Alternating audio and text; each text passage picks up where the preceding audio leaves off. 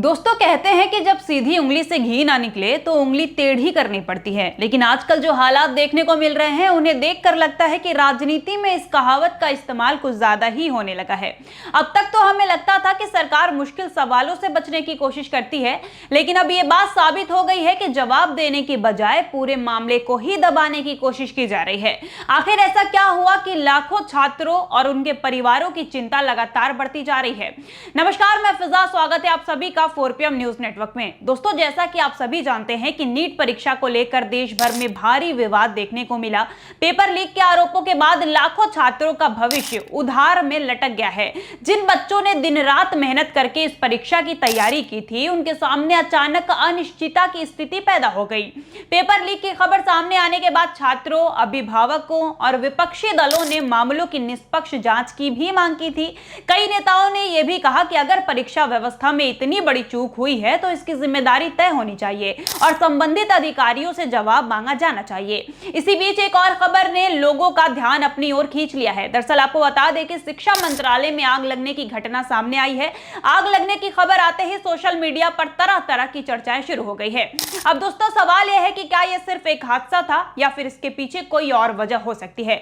दोस्तों, आप सभी को याद होगा कि कैसे स्टूडेंट और विपक्ष लगातार जांच की मांग और शिक्षा मंत्री के इस्तीफे की मांग कर रहे हैं, लेकिन सरकार ने इस पर कोई जवाब नहीं दिया। कुछ भी कहो भाई साहब, हमारी सरकार ने तो नेतागिरी की सारे स्टेप पार कर दिए हैं। अभी तक उम्मीद थी कि शायद जांच होगी, लेकिन अब कुछ ऐसा हुआ जिसके बाद यकीन हो गया कि इस बार भी लाखों बच्चों का भविष्य बर्बाद हो चुका है। दरअसल दोस्तों, आपको बता दें कि जैसे ही नीट पेपर लीक हुआ तो जनता और विपक्ष का कहना था कि इस मामले की पूरी जांच होनी चाहिए और शिक्षा मंत्री को इस्तीफा देना चाहिए। लेकिन जांच अचानक से खबर सामने आई कि शिक्षा मंत्रालय में आग लग गई है। जी हां दोस्तों, बहुत बड़ी खबर ये निकलकर सामने आई है कि अचानक से शिक्षा मंत्रालय में आग लग गई है। ये घटना ये साफ साफ दिखाती है कि इसके पीछे भी एक बहुत बड़ी साजिश रची गई है, क्योंकि सबको पता था कि जो भी डॉक्यूमेंट्स या फिर कागजात हैं इसी मंत्रालय में ही है। इसलिए उस दफ्तर को ही जला दिया गया ताकि कोई भी सबूत ना बचे और भ्रष्टाचारियों को साफ सुथरा रास्ता मिल जाए। दोस्तों, ये पहली बार नहीं है जब नीट का पेपर लीक हुआ और सरकार ने कोई जवाब नहीं दिया है। आपको बता दें कि साल 2014 के बाद से अब तक 90 से ज्यादा पेपर लीक हुए हैं, जिनमें से भारत में डॉक्टर्स बनने का सपना देखने वाले लाखों बच्चों के लिए नीट सबसे जरूरी परीक्षा होती है।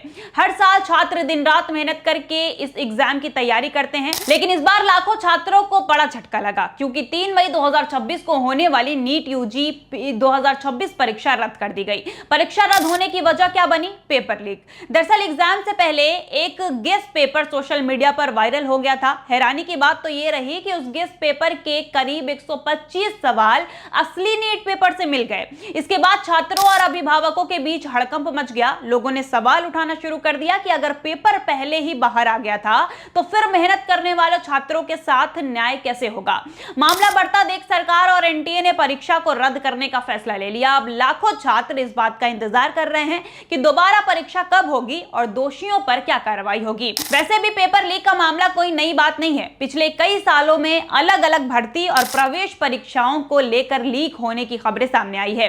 ऐसे में सबसे बड़ा सवाल यही है कि आखिर 2014 से अब तक कितने बड़े पेपर लीक हुए हैं, किन किन परीक्षाओं में गड़बड़ी सामने आई है और उन मामलों में क्या कार्रवाई की गई है। साथ ही नीट यूजी 2026 पेपर लीक का मामला क्या है, आज इस खबर में और इस रिपोर्ट में हम आपको यही सब विस्तार से बताएंगे। सबसे पहले बात करते हैं 2026 की। इस साल नीट यूजी परीक्षा से पहले एक गेस्ट पेपर सोशल मीडिया पर वायरल हो गया। दावा किया गया कि उस गेस्ट पेपर के करीब 125 सवाल असली पेपर से मिले हैं।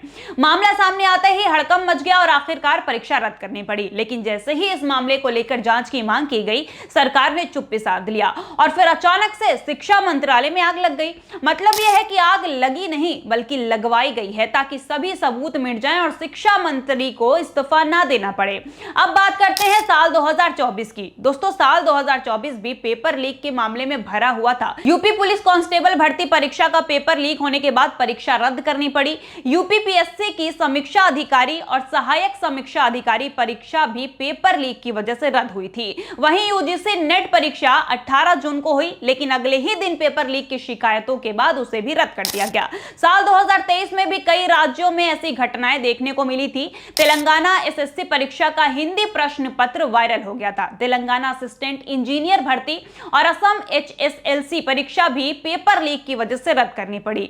महाराष्ट्र में एचएससी मैथ का पेपर व्हाट्सएप पर शेयर होने का मामला सामने आया, जबकि राजस्थान रीट भर्ती परीक्षा में भी पेपर लीक हुआ था। फिर साल 2022 में राजस्थान फॉरेस्ट गार्ड भर्ती परीक्षा का पेपर सोशल मीडिया पर वायरल हो गया। बीपीपीएससी 67वीं संयुक्त प्रारंभिक परीक्षा और ओएसएससी जूनियर इंजीनियर सिविल मुख्य परीक्षा भी पेपर लीक की वजह से रद्द करनी पड़ी। साल 2021 में यूपी टेट परीक्षा का पेपर लीक हुआ और पुलिस ने इसके मास्टरमाइंड को गिरफ्तार करने का दावा किया।